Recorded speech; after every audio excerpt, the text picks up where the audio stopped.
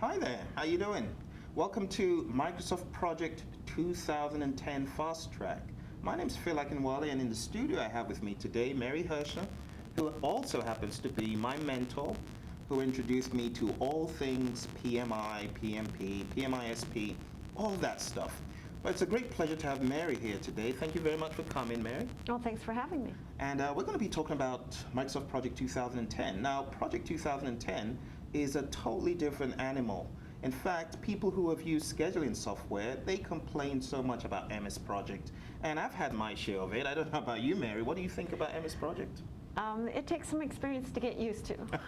That's a very polite way of putting it.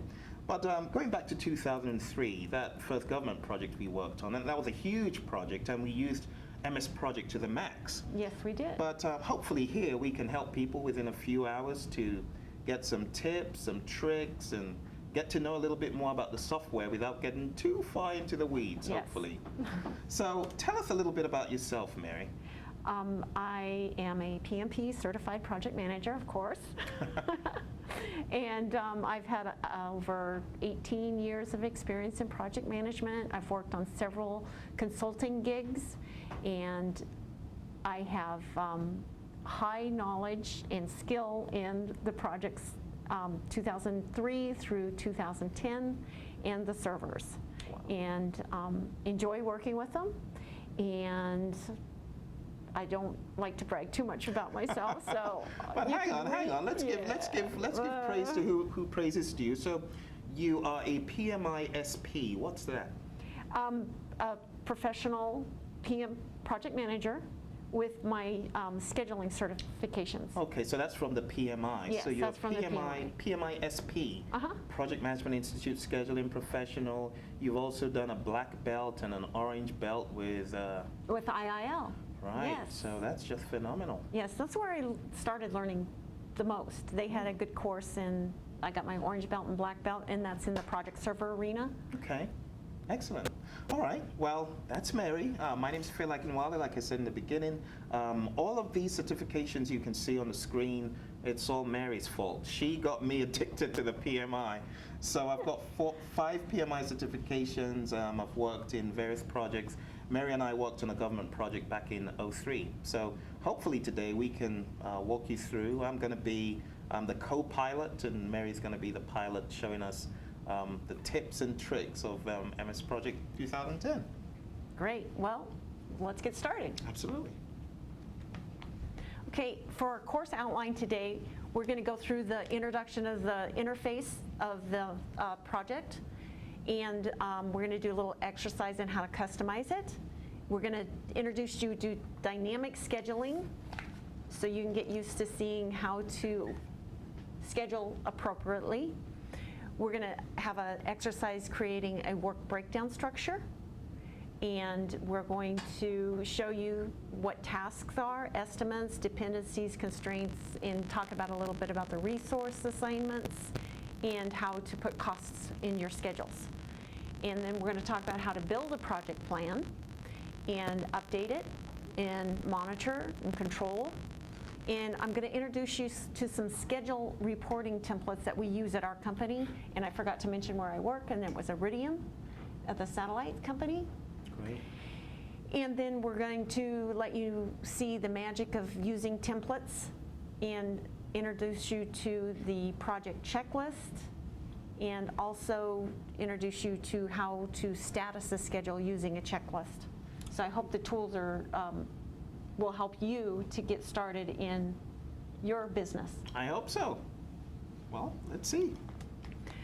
Okay, for the introduction to the interface, we're going to understand the family of project and all of the little software pieces that you can put together.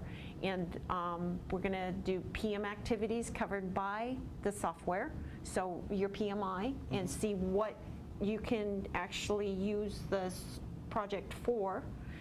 Talk about the scheduling engine, so you understand that. The introduction to the tool ribbon, and it's new in 2010. So if you haven't seen it, you'll see the new one now. We're going to explore the templates, the project guide, look at the views. There's hundreds of views you can customize, but I'm going to show you the canned ones.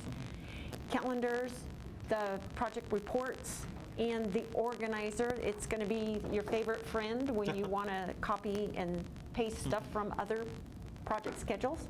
And then your global NPT, I want you to understand how that works. Okay, great. So we talked about the Office products and what Microsoft offers for project.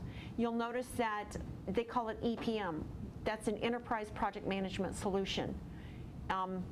So we have our Office, our Exchange Server, Microsoft Dynamics, so it's all integrated to work as one, and that's how Microsoft has made it. Right now we're going to do the Professional 2010. Now the difference between Professional 2010 and your Standard, and we had a lot of questions on this when we implemented Server at our company, was when you have your project Professional, you can actually hook to the server.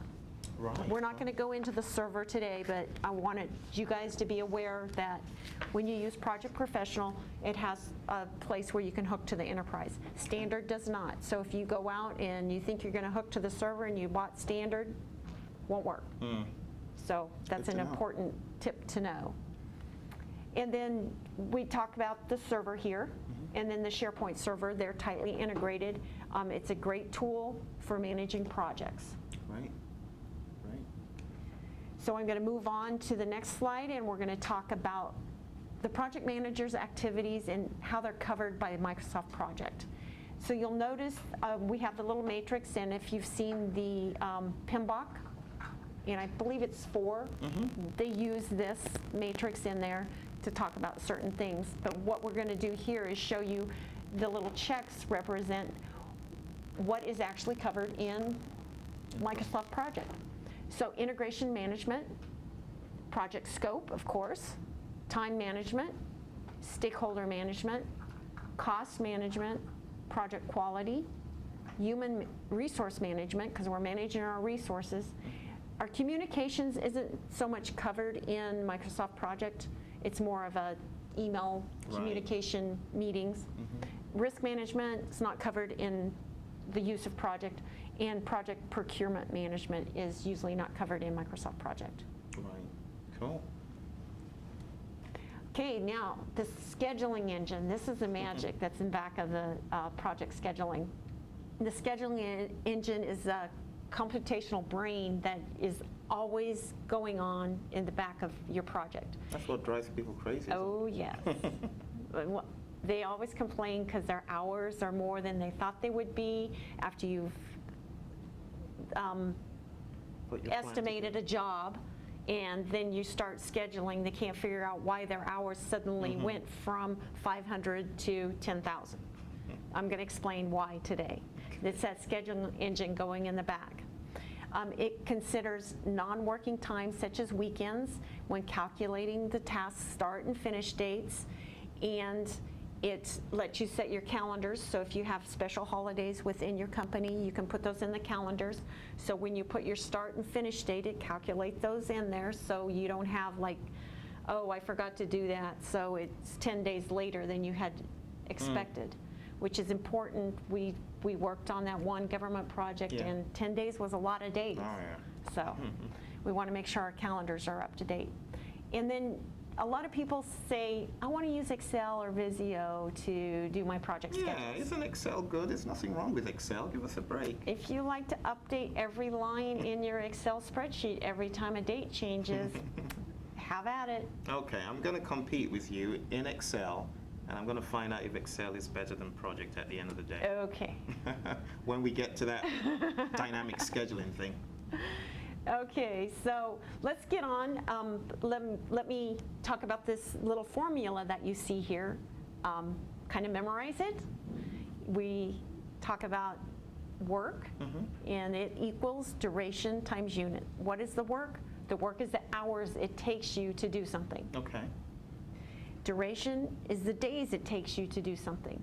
Okay. So is it possible for me to, let's say I'm working on a particular project, maybe I'm working 4 hours, but I spread the 4 hours over 4 days, so I work 1 hour on day 1, 1 hour on day 2. Is that really what you mean? So my work would be 4 hours, but the duration would be 4 days?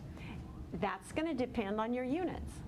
That's the other thing in this calculation. See. So if you worked 1 hour a day for 4 days, you're going to only work 1/8 of a day.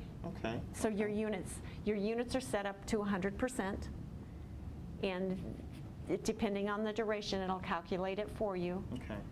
And we'll talk about task types, and that's where the work, duration, and units come into play, and play with that scheduling engine, which people call the scheduling an obnoxious piece of software. So Which it is. I'm going to Except teach you know guys it. how to train and maintain it. Cool. All right. Okay, so we're going to skip into the actual Okay. software. Okay. Well, I think it'll be a good thing if we took a little break here. My head's already overheating with all this stuff, so we'll take a break, and then when we come back, we'll Okay. maybe go into the rest. I'll get it set up. Cool. Thank you.